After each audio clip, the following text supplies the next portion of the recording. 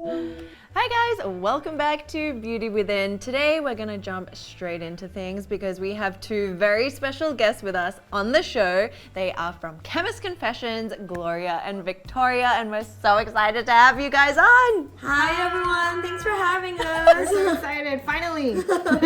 Yes, we first talked to Victoria when you came over to New York. I think that was more than like a year and a half ago. 2017? Oh my, Pre-COVID, that's how long I it's know, been. I know. Yeah, so we are so excited to have them on because they have a wealth of knowledge in the formulation and product kind of development. So we're gonna dig into their brains, dig into their routines, and they're gonna share one of the biggest topics thus far in skincare. That is sunscreen. So now that summer is upon us and we're gonna be going out more, the cities are opening up more. It's a great time to, it's always a great time to talk about sunscreen. And what's really awesome is that Victoria and Gloria both have differing skin types, just like Ro and I.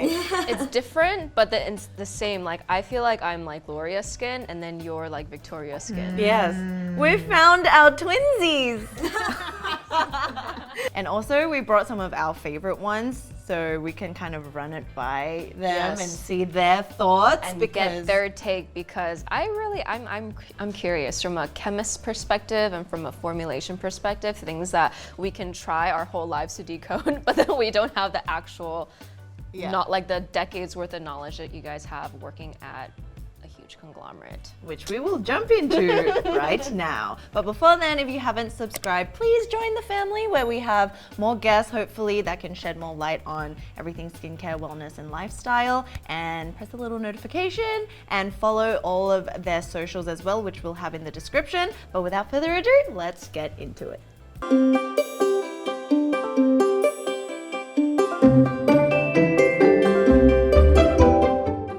So Victoria and Gloria, can you share with us your life pre-Chemist Confessions? What kind of inspired you guys to create Chemist Confessions and where you guys are now? So Victoria and I are actually co-workers. We were both formulation chemists who used to work at L'Oreal, and I worked on high levels of actives, so brands like SkinCeuticals and La Roche-Posay. And I worked on anti-aging, more of like an umbrella category. I was in Kiehl's as well, but then moved into like upstream anti-aging, which really, like, just like you put it, it covers from sunscreens to serums, so that can mean a lot of different things. We became friends because we shared similar frustrations, Similar humor, really. terrible sense of humor.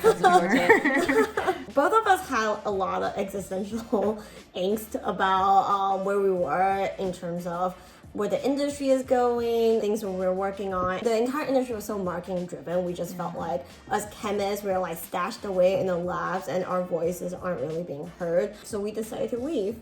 Yeah, and so we kept in touch during the time that we had left. We both were gonna actually leave the industry entirely. But then as kind of like a fun project, we decided to start an Instagram just to kind of share our industry insider knowledge.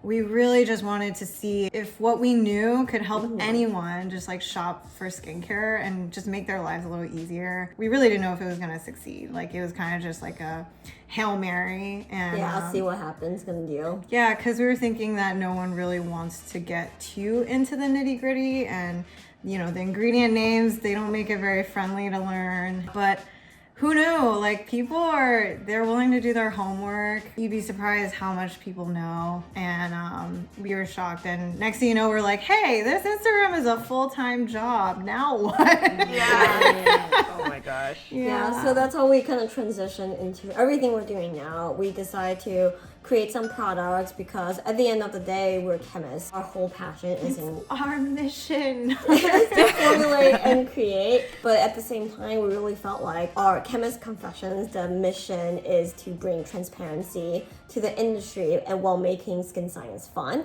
So we really embodied that in both our content and products. I think for a while there, not a lot of people were doing both content and products. So I still remember going to early trade shows and they're like, so are you a blogger or are you a brand? And we're like, which category are you in? Yeah. Like, I think what you just told us has everything to do with timing, because like timing for the both of you, but also when you guys came out with Chemist Confessions, being this educator, I think people were already willing to accept the more complicated concepts because they were also just done with like not knowing what was actually being slathered on their face, and it was kind of like skincare was on its upward trajectory, and people were just like searching like little crabs in the sea for like nuggets.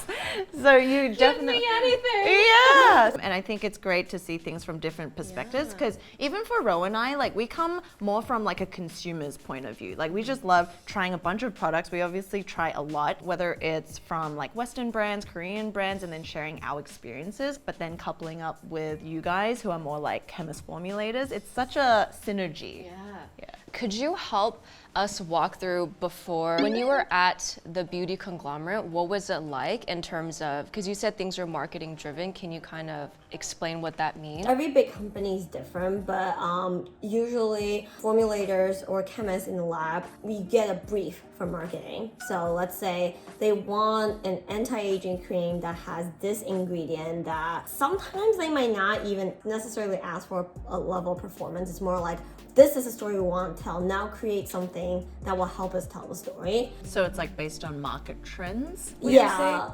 It depends on the brand. And there are times that there's a trend that catches on so hot that you get a brief that's like, drop everything you're doing. We need this in 3 months. And you can imagine that's not exactly very research friendly. No. I think back then is like, they champion like really exotic actives with a beautiful story. And Gloria, would you like to tell your favorite mock-up story of this? I can't tell you how many meetings we went to and they're like, guys, this flower blooms once every 10 years on top of this mountain. And we have these monks that will climb up the mountain to collect the first dewdrop from the petals. And it is the fountain of youth. Yeah. So it's stories like that where you're just like, it's beautiful. You can imagine the marketing video montage behind it. But for us, it's just not very fulfilling because, cosmetic production just moves so quickly. Like how much time do you actually have to actually understand what does this ingredient do for you? And it also makes it very difficult for a consumer to shop for because they're like, looks beautiful. Model looks like has beautiful skin. Like, I guess it works. Like, does it work? Does 1 + 1 really equal 2? Exactly. Or is it just photoshopped? Yeah. That's kind of what we mean by, chemists don't really get a say in how these formulas are truly designed and, in terms of efficacy and performance. They're really trying to meet marketing claims and actual delivery. We're not just speaking from, our work experience at the big beauty conglomerate. This is how the industry was, is kinda, and it's slowly changing, which is really exciting for us to see. It's just because at the end of the day, marketing is what drives sales. We always knew that whoever could change the industry would be the consumer, and absolutely. We're really seeing that like really taking into effect now, and it makes us happy. We're like, it's yay. What was your sunscreen habits like maybe before working, whilst working now? And then, how did it evolve? That is a great question because I can tell you it was garbage for me before I worked in the industry. I remember I had a Aveeno moisturizer sunscreen combo. I used it when I remember to. Yeah. I think the only saving grace about my sunscreen habit before working in the industry was I grew up in the South in Georgia, so the sun can get pretty intense during summer. During summer, I always use a sports, like a sweat and water resistance rated one for swimming and like working out and stuff like that. And since then, definitely improved a lot. I feel like I committed every thing that you're not supposed to do for acne skin types. I've done all of that. So, I hated the idea of putting sunscreen because I was worried it would break me out. I thought that if I tan, I could hide some of that pigmentation. Oh my God. You're speaking to my soul. Right? Oh my god, it's just acne drove every decision that I made for skincare, and the worst way possible because there was no information to be found on proper care. Yeah, it was very hard and horrible. I have really non-existent sunscreen habits. But I mean, look at your skins now. Yeah. It's a testament to what skincare can do, right? But also hormones. Yeah, I remember I also didn't used to moisturize, didn't want to put like sunscreen on because I was like, it'll even itself out with a tan. Yes. Yeah. It's like, well, that was great. Okay, let's just lay down the foundation. Can you explain, if you were to like, a person first using sunscreen, what's an easy way for them to remember the difference between a mineral sunscreen and a physical sunscreen and the pros and cons? So a really easy way to remember is just focus on remembering your mineral sunscreen. Mineral sunscreen, they are the physical sunscreen, and the reason why you should just remember those is it's just 2 ingredients. It's titanium dioxide and zinc oxide. Yep. Everything else is chemical, and chemical sunscreens are also called organic sunscreens. And so with, titanium dioxide and zinc oxide, when people hear physical, they're like, oh, is it because it's forming a physical shield on my skin? As not really the case. Like on average, all sunscreens they do work in a similar manner, but with minerals, think of them as powders. The common characteristics of physical is that usually people have to worry about white cast, but in terms of who we recommend physicals for, sensitive skin types. On average, if you're really struggling with sunscreens and you feel like you don't know where to start, and your sensitive skin might have some issues, start there and then start branching out and exploring others. Yeah. For you guys, because you also have 2 different skin types, right? Yeah. Same with us. So which ones do you prefer and like why? Or do you just stick to one, or like what's the deal there? I am firmly team chemical. Like I haven't High five. Like Victoria mentioned, a lot of mineral sunscreen, because it's powder based, it has that drag and that powder feel that to me it just feels drying.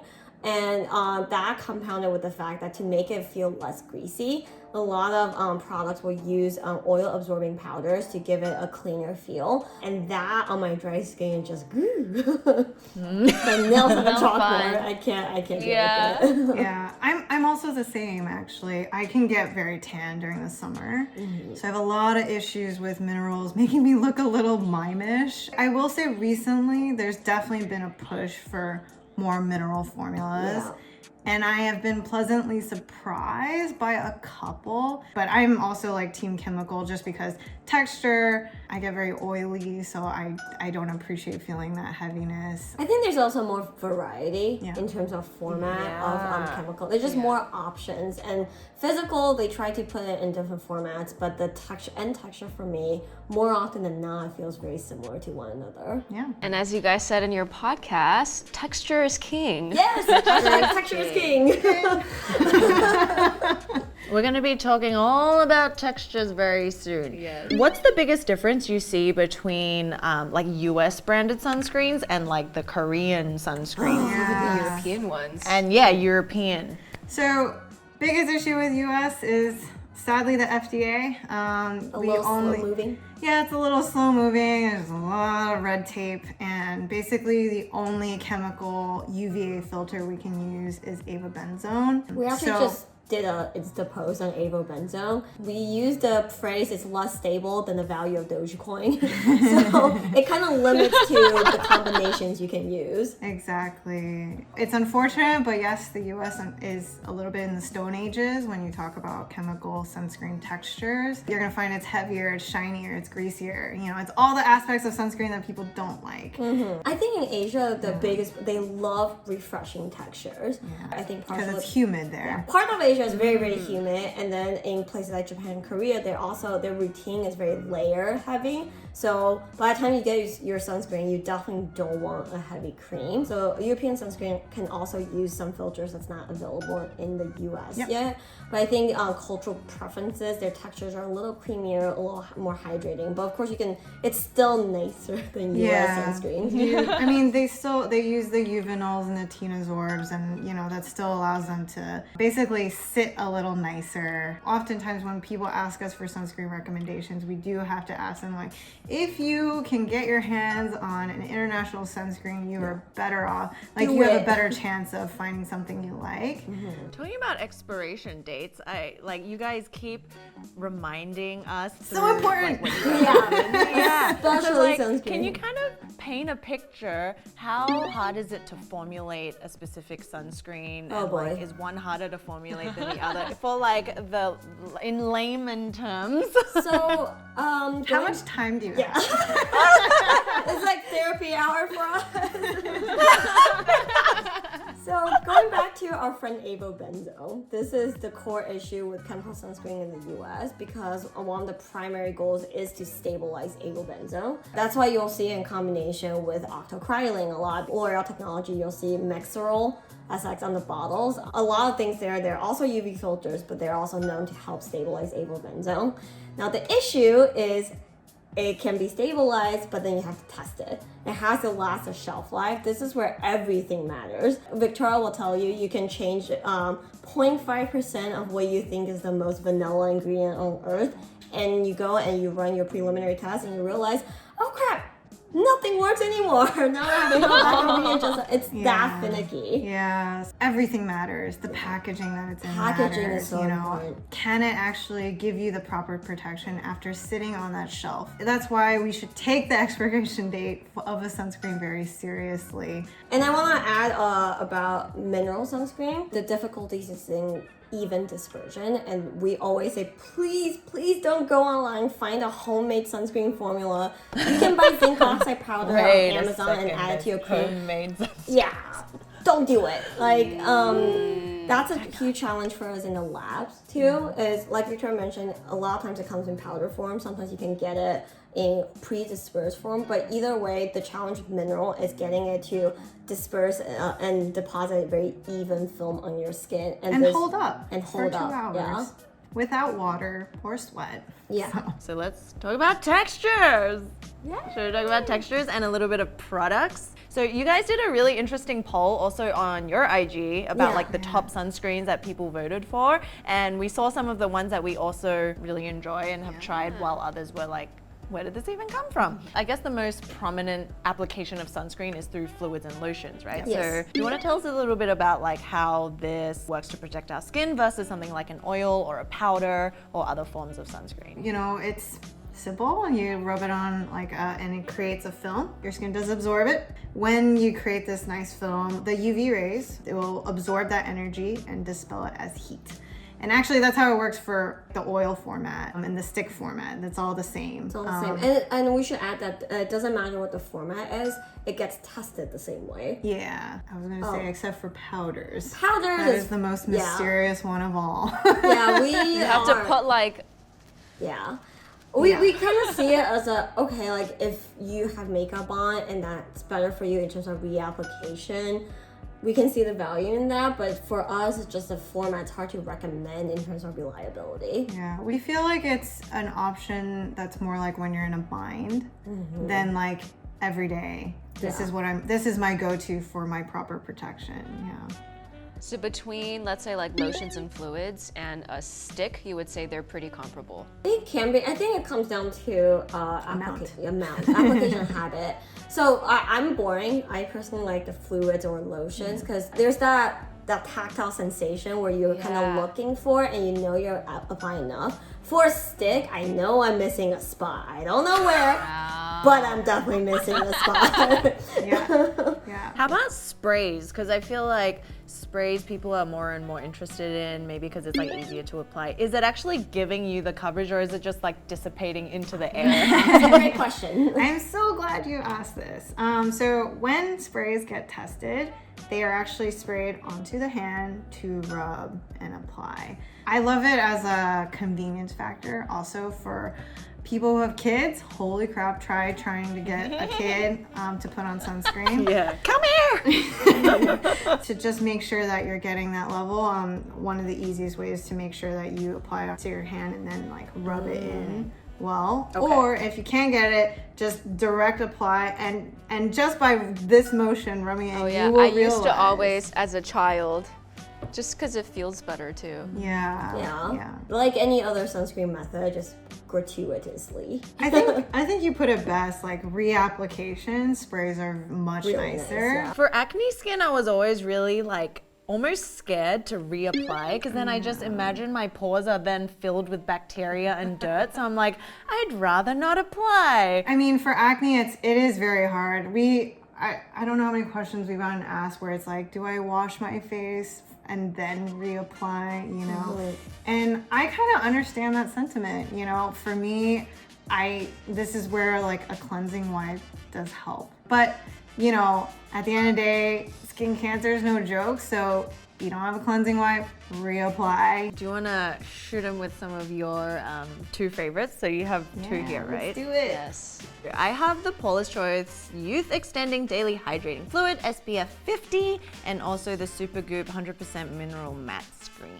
Awesome. So I think we both have Supergoop and Paula's. I'm gonna throw in one more. So I have the Unseen Sunscreen from Supergoop and Paula's Choice Skin Restoring Moisturizer that I've been using a lot of. So I saw this one was on your poll. Yeah. Yeah. The youth extending. No, the deets. Yeah, like what are the pros and cons of it, I guess?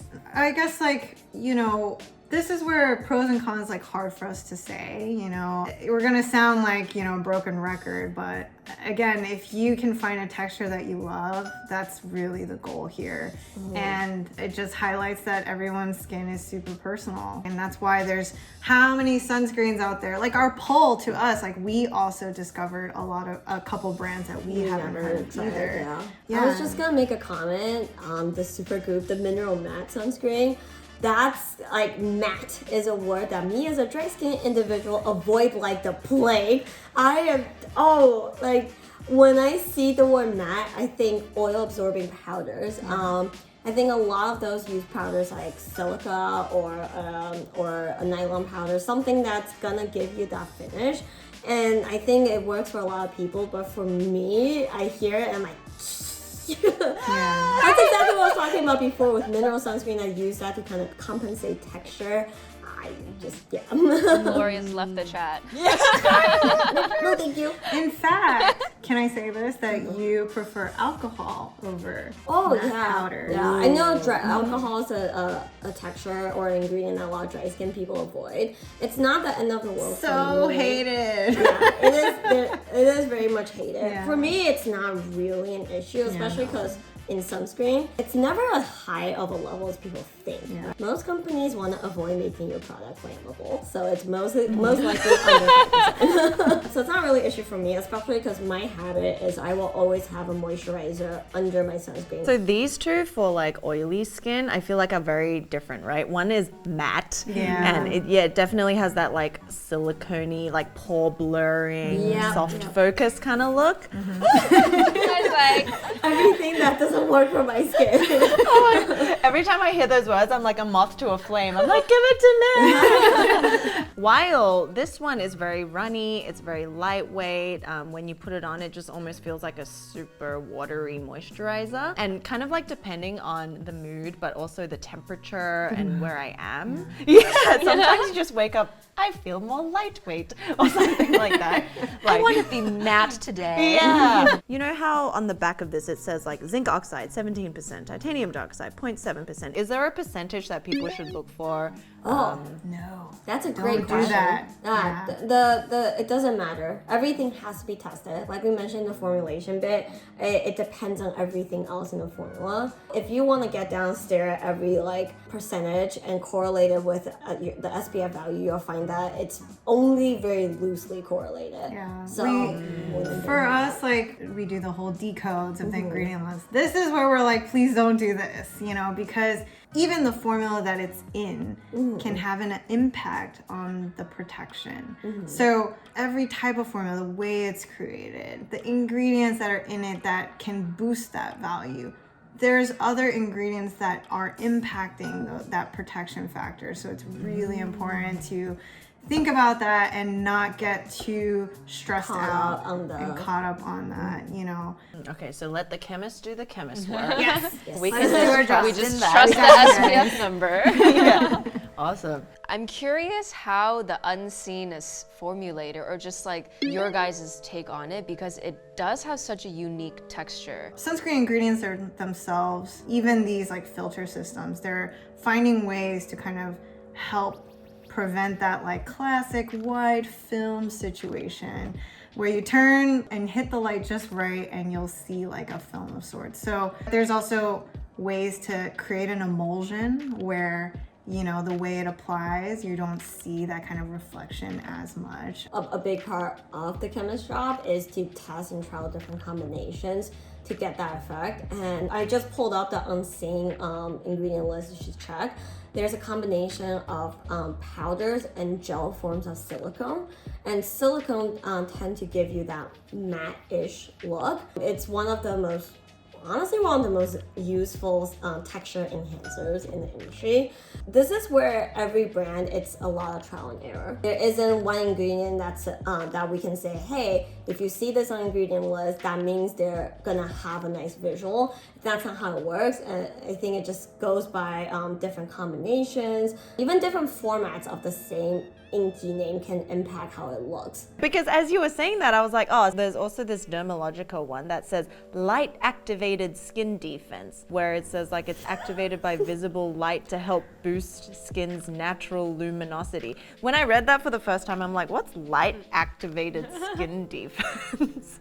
I mean, Because if your sunscreen hits the filter, I guess that's working. And you glow like Edward Cullen, that's how that works.